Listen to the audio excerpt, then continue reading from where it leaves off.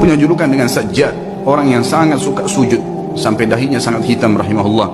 Dan dikatakan beliau kalau sujud tidak mengangkat kepalanya sampai hajatnya selesai dengan Allah.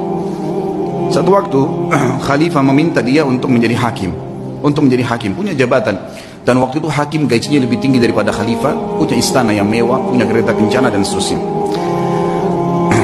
Yang jelas teman-teman sekalian, ditawarkan dia menjadi hakim dan dia nolak. Karena waktu itu dia seorang ulama, Sufyan ats-Tsauri seorang ulama Mekah yang terkenal. Dan memang dia orang yang paling layak, paling faham tentang perkara-perkara masyarakat. Lalu dia nolak dengan santun mengatakan saya tidak bisa dan saya khawatir saya akan dihisab oleh Allah hari kiamat kalau saya berhukum yang salah. Maka khalifah mengatakan kau harus menjadi.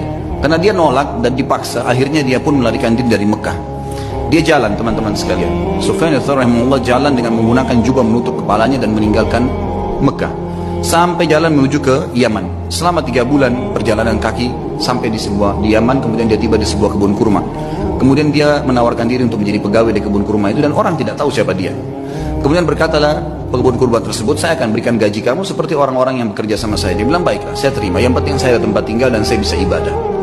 Berjalanlah 3 bulan, dia menurunkan kurma dari pohon. Seorang alim ulama yang sangat dihormatin pada saat itu, sangat dihormatin. Kemudian dia pun rahimahullah setelah 3 bulan ditanya oleh pemilik kebun tersebut. Dia bilang, wahai Abdullah, dulunya ditanya dia, siapa nama kamu? Dia bilang, saya Abdullah. Dia tidak dusta, dia bukan tujuan dusta. Dia mengatakan saya Abdullah, maksudnya saya adalah hamba Allah gitu kan. Dalam bahasa Arab begitu, kalau dia sebut namanya dia ditangkap oleh khalifah. Dia tidak mengatakan nama saya, dia mengatakan saya adalah hamba Allah gitu kan. Bahasa Arabnya ana Abdullah.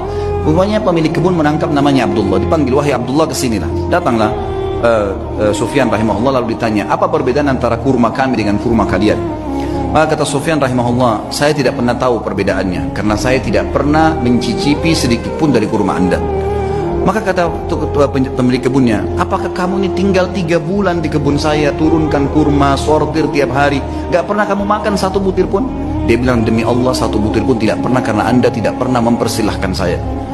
Maka kata pemilik kebun, teman-teman sekalian, dia bilang, apakah kau mau mencontohi muru'anya, ya, kehormatan ibadahnya Sufyan ats-Tsauri? Dia nggak tahu kalau ini orangnya. Maka yang terjadi teman-teman sekalian, dia pun diam, si Sufyan ats-Tsauri, lalu kemudian dia sudah tahu akan terjadi apa-apa, lalu dia membungkus barang-barangnya, dia tinggalkan kebun tersebut.